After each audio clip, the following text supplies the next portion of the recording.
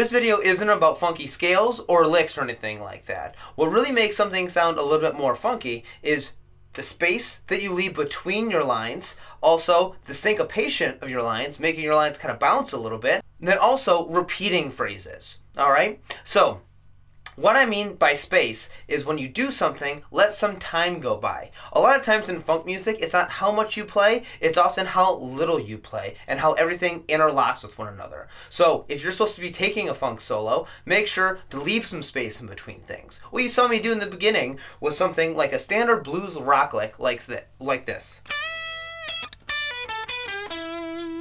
Alright, now we put some power chords underneath that. It's going to sound pretty rock or bluesy. But since of what's on top of it, it's going to sound pretty funky. Now, so what I mean by space is after you play something like that, kind of let it hang there for a minute. Don't worry about filling up every single note. Let the kind of groove take over for a few and see what you're going to do next. Alright, so make sure you leave yourself some space in between your lines. Next thing is about syncopating your licks. So if I take something like this, instead of having things straight, try putting some space in between there.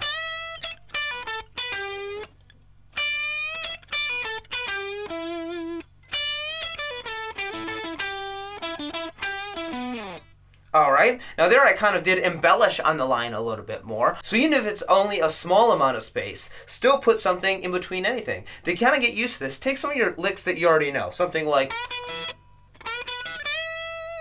Alright, now let's try putting some space in between each one of those notes. So here we go.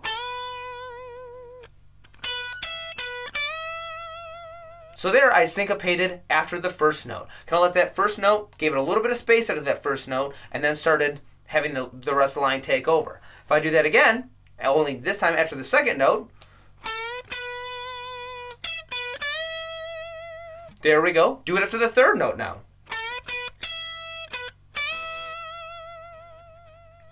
Alright, having your line start on the ands is really going to make it jump too. So if I'm thinking 1, 2, 3, 4, 1, 2, 3, 4, 1.